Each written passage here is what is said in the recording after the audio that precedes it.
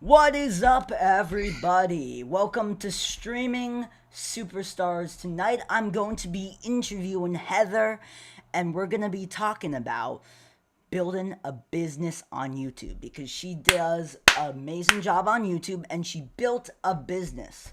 So, hello, Heather. How are you tonight? I'm out of breath, man. That was like crazy cardio. So, let's get started. So, Let's get started. why did you want to build a business on YouTube?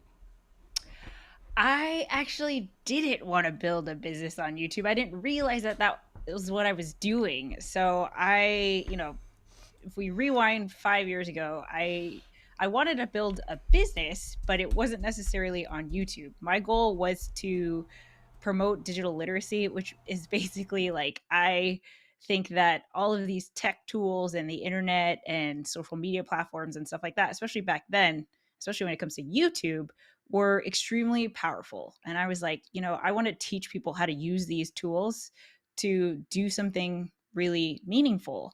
And I wasn't sure how that would look like. And because I had no experience with entrepreneurship or business, I was like, hey, I'm going to start a vlog and I'm going to document my journey in starting a business through YouTube videos.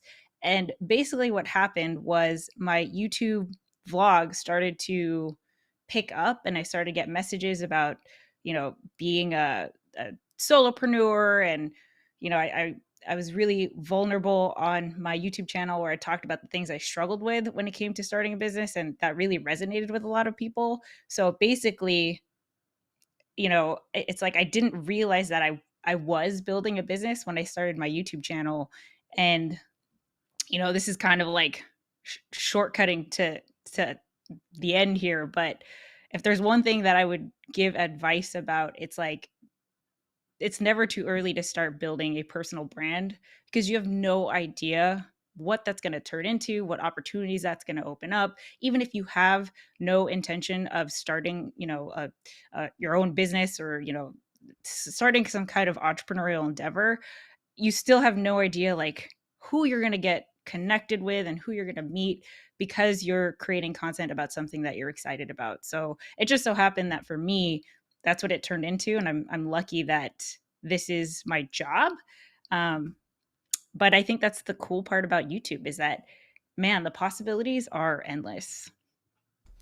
So, what is your favorite part about doing YouTube as your full time business and your full time job? Yeah, so my favorite part about it is probably being able to work with people that would never see themselves as a YouTuber in the way that, like, when we think of YouTuber, we think of a really young person who's super tech savvy, has millions of subscribers and stuff like that. But like, I've worked with people of all ages, all backgrounds, all different kinds of stories that find their voice through YouTube videos. And coolest part is that they also find their people, right? So even for me, sharing my entrepreneurial journey was something that I could really only do authentically online, which is kind of weird. But like everyone in my circle of friends was like doing something totally different. So they were either getting married, buying a house, getting promoted, like they were on a different life path. And so I kind of felt like I didn't have too many people to talk to. And so I talked to the camera and I shared those videos on YouTube, and that connected me with people who were on the same path. They just weren't in my, direct circle of people that I knew. So my favorite part is, is really having seeing someone who has an itch, right? Like they think they can do it, but they're not sure. And then I swear to God, I'll spend like 30 minutes with you. And I'm like, Tom calls me a professional butt kicker. I will be your biggest cheerleader. And if you believe in you, I will never stop believing in you. And I will totally help you to do this YouTube thing because it's like, seriously, it can be life changing. And I know it sounds cheesy, but like literally I met my husband off of YouTube. So, I'm a big fan. What is your favorite part about content creation? Um, Surprisingly, it's not necessarily making videos.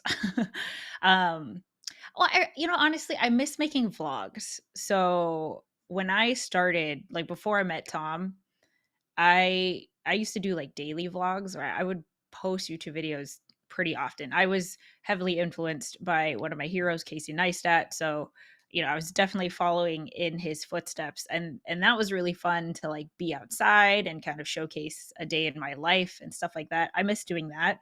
Um Probably now I would say I really like live streaming. I think it's a really cool format that is the closest thing to real time face to face interaction where you can actually cultivate genuine connection with people. And like, I can't believe that we can do this for free. That's insane to me. It's like insane that we can, you know, like we are in different time zones and we can hop on a stream and talk about something that we're both excited about. The fact that we can do this is like so crazy to me. So it's definitely my favorite thing. What would you rather do? This is the biggest thing. Would you rather, this is very deep, a live Okay. stream or a vlog? Oh, that's hard. I think it depends on what the topic is. Or would you rather do a IRL vlog, live stream? So you're doing the vlog live, Yeah. interacting. You could do that. And there's Yeah, ways to so do that with Ecamm, actually. yeah. Yeah, So, I remember back in the day when 360 cams were really yeah. big. I did that once. I like Wow. went live on the 360 cam on my skateboard. So that was like really cool cuz everyone can like look around where I was skating in 360. But oh man, I think I'm leaning towards vlogs just because I haven't done it in a while. Yeah. When did you actually start YouTube as a business? Oh, that's a good question. I mean, probably since day one. So I uploaded my very first YouTube video on April 16, 2016. And even though I didn't get any direct business from that first video, I've had several clients and customers work with me because of that first video. So, you know what I mean? It's like even though there wasn't a conversion right away, like, okay, I'm going to upload that video, people see it that first day, and then they start working with me. It took a while for them to discover me, go watch my YouTube channel and get to know me. But all of that contributed to a future customer or client. So, um, and then also the other thing was I I already had an established network. So my career before I quit my job was in marketing, and I was very connected with the local community. And so like, I kind of had a bridge to make ends meet and, get some income as I was building YouTube and figuring all that out. So that also, because marketing is very, marketing and YouTube kind of go hand in hand. So um my YouTube channel definitely helped with getting clients, like freelancing clients. That's amazing. So, when you first started, did anyone support you or did no one? Yeah, so nobody. Wow. um, and if anything, like, I've told this story many times on my channel, but my family was very against my YouTube and my YouTube journey. They like it was bad. I spent Christmas of 2016 completely alone because my family was just like, "Why are you throwing your career away? Like, we immigrated here. We want you to be like successful and financially stable, and you're throwing it all away for this YouTube thing." And so on Christmas Day, I spent that day at a co-working space editing a video. And like, now my mom and dad are my biggest fans. And like, even my brother has a YouTube channel now, and he's like, doubled my subscriber count. And it's an amazing channel. And, they're big supporters now. But I think, especially back then, 5 years ago, it, to say that you're going to become or you're going to build a business on YouTube, it wasn't something that like is as common as it is now. And even now, it's still like, how do you make money? We've seen that a lot with Tom since just this year transitioned from full-time teacher to full-time content creator. And people ask him all the time, like, how do you make money? And it's like this whole like, well, there's this, there's that, it's like hard to explain. So, I've come a long way in the past 5 years, but definitely back then, I think that's why I was able to be so open to the camera, because I didn't feel like I could express myself to anybody else. Like there just wasn't anybody else to talk to. So I don't know what that says about me, but like I, I wasn't I was more afraid of like what my parents thought than what the internet would think. So I didn't care if I like, I didn't care about showing, being too vulnerable, or, there are vlogs where you see me cry and stuff like that because I'm so frustrated or whatever it is. And I had no problem keeping it authentic, because to me it's all about telling the true story in the way that I want to remember it. And I want to remember the the lows as well as the highs. Does that answer your question?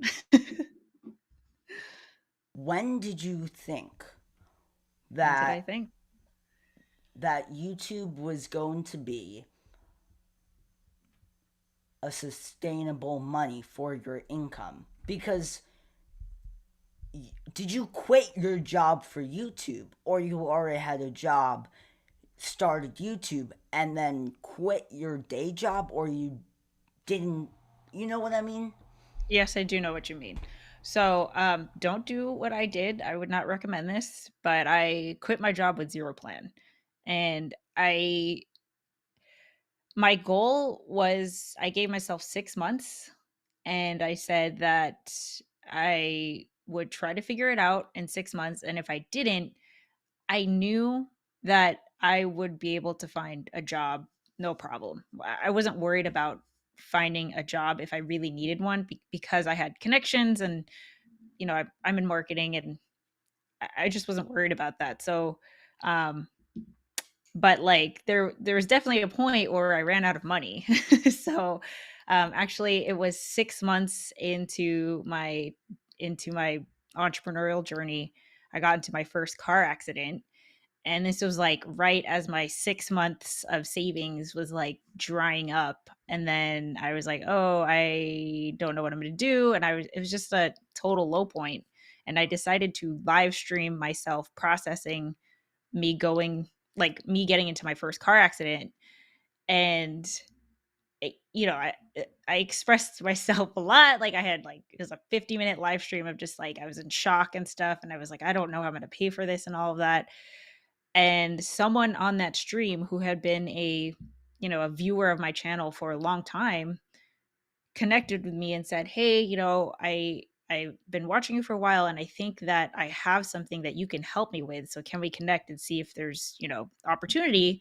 And that ended up turning into a $17,000 freelance project, and that was 6 months in. So, even though $17,000 is a lot of money, um I mean, even today, I don't know if I could say like, "Oh, yeah, everything's fine." Like, there's always gonna be instability, but, um, I knew that I could make it work. Like, there was at least proof of concept of, I can connect with people who need like, need what I have to offer. Does that make sense? Yeah, I think. Yes, it does.